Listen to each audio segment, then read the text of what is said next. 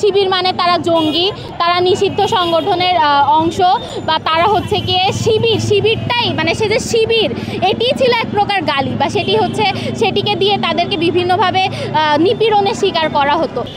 সেটি আসলে আমার ভাবনার জায়গা থেকে বের হয়ে এসে সামগ্রিকভাবে যদি আমি বলি, এই যে শিবির একটা ফোবিয়া তৈরি করে রাখা হয়েছিল, মানে তাদেরকে বিভিন্নভাবে ট্যাগিং করে, মানে সেজন্য শিবির এজন্য তাকে আমি সব ধরনের অধিকার থেকে বঞ্চিত করতে পারি, বা তাকে আমি আসলে মানে একটু মানুষ হিসাবে যেন তাকে আমি কম মর্যাদা দিতাম, বা তাকে আসলে বিভিন্নভাবে ট্যাগিং দিয়ে তাকে মারাটাকে বা তাকে হত্যা করা পর্যন্ত সেটিকে আমরা লেজিটিমেসি দিয়ে আসতাম।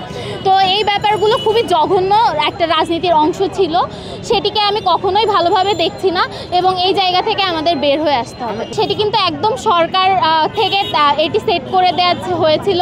শিবির মানে তারা জঙ্গি, তারা নিষিদ্ধ সংগঠনের অংশ, বা তারা হচ্ছে গিয়ে শিবিরটাই মানে সে যে শিবির এটিই ছিল এক প্রকার গালি, বা সেটিকে দিয়ে তাদেরকে বিভিন্নভাবে নিপীড়নের শিকার করা হতো। এটি আমি আমার ক্যাম্পাসে এসে দেখেছি, বা বিভিন্ন হলগুলোতে যেটি হতো, সে একটি লেখালেখি করেছে বা কোনো একটি পোস্টে রিয়্যাক্ট দিয়েছে, তো মানে যেটি হয়তো সরকার বিরোধী, এই জন্য তাকে ওই ট্যাগটা দেওয়া হতো শিবির, বা তাকে ট্যাগ দেওয়া হতো সে হচ্ছে স্বাধীনতার বিপক্ষে শক্তি। তো এই ব্যাপারগুলো হয়ে এসেছে, এবং এই ব্যাপারগুলো ভবিষ্যতে আর যাতে ফিরে না আসে আমাদের সেই ব্যাপারগুলো দেখা উচিত, এবং রাজনীতিতে সকলের মানে রাজনীতি করার যে অধিকার সেটি আমার মনে হয় এই বাংলাদেশে সংরক্ষিত হওয়া উচিত। তারপর জনগণ কাদেরকে বেছে নিবে সেটি জনগণের হাতে থাকবে।